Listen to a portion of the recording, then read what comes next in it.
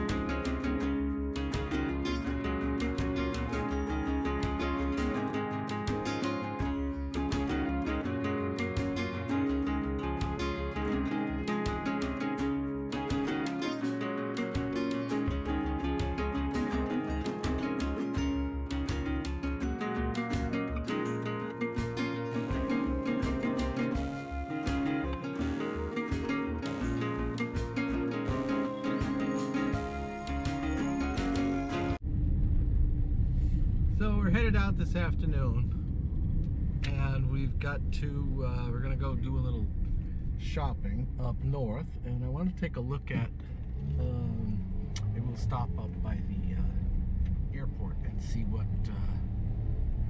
everything's doing over there. Not the airport, but more the Navy base.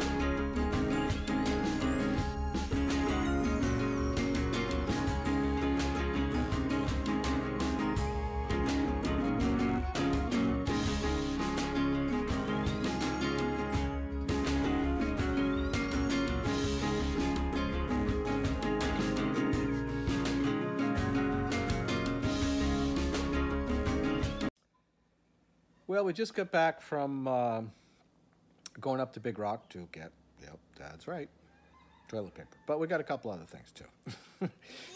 Zucchini, charcoal, yogurt, peanut butter. That's since the peanut butter one. I haven't eaten peanut butter in a while. And it's just, I don't know, it looks like it's gonna rain, but it hasn't rained, so I don't know what it's doing. But I did a little experiment earlier today with some coffee, and I took an old drip coffee maker, not a great one by any means, and I took that and I put it with some coffee, and I made it like before when we didn't have a scale, and the way it came out, no, it was not good. It was like too watered down. It was almost like drinking, you know, if you had a blind taste test, it'd be like, yeah, it's water. There's some kind of taste in the water. And I just made a cup the other way with the pour-over method, and tastes great. So, you know, that's one of the things that if you've got a drip coffee pot that's, you know, not that great, Mr. Coffee. Right, it's not going to produce the best of coffees.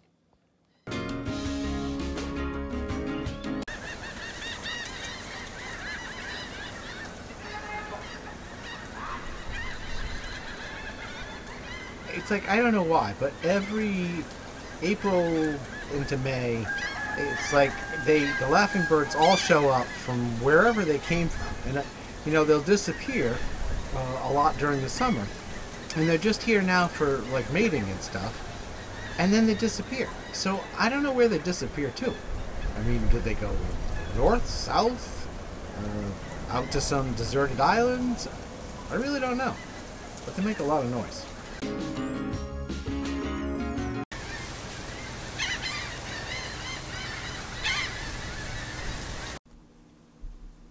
So the point of that little experiment I did was to see if, you know, without using a scale and all that other stuff, could you make a good cup of coffee? Just in, you know, grant you it's a junky brewer. And the answer is no. So what you have to do, I mean, on a minimum, is you can buy a relatively cheap, 15, 20 bucks, little kitchen scale, and, you know, weigh out your coffee. And when you use the same ratio all the time, you're going to get a consistent cup of coffee. And that example that I did was, it wasn't the same coffee, it wasn't the same grind, it wasn't the same anything. So you ended up with a cup of coffee that was weak, watery, very little taste. So that ratio of, you know, the specialty coffee people, you know, you got to take this with a grain of salt. They say the ratio should be 1 to 15, which is really easy. Ratios are super simple. You've got 1 gram of coffee, and for every 1 gram you put in, you put 15 grams of water to it. So if you were making a cup of coffee that is, say, 300, then you'd need 20. Now, for me, my own personal experience, and Sid too, when you do that ratio, the 1 to 15, it's too weak for our taste. But maybe for your taste, it's perfectly fine. So, you know, that's why I say you got to take that with a grain of salt in it, because, you know, a lot of people will brew with a 1 to 15 or a 1 to 17 or a 1 to 18, and the farther you get over, the more watery it gets. Now ours is all the way down to a 1 to 12.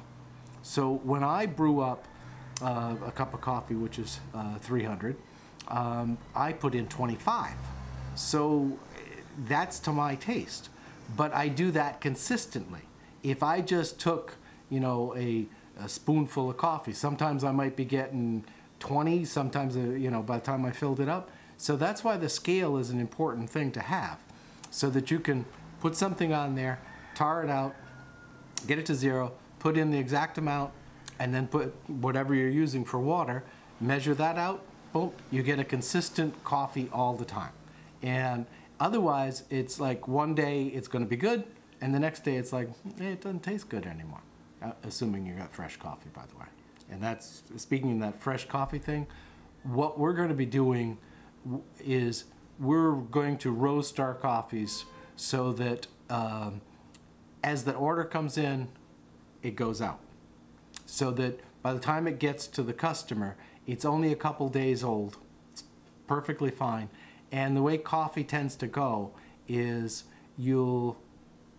it's sort of not so great, and then after a day, it'll start rising, and then you'll have, you know, a couple weeks. But by 30 days, it's pretty old, stale coffee. So again, think of that in terms of your supermarket stuff. You think that coffee in the grocery store is less than 30 days old? Highly unlikely. So I'm going to do another experiment, not today, using some coffee that I have that was already pre-ground in the bag, great, all that kind of stuff, and some beans that I had bought that were already roasted, good until, I think it's on that bag, is November 19, and then we'll shoot some fresh coffee, and I'll show you the difference in those. So that'll be maybe tomorrow. Tomorrow's Sunday. I got nothing on tap, really, other than beach walk, clean up. So maybe we'll do that tomorrow.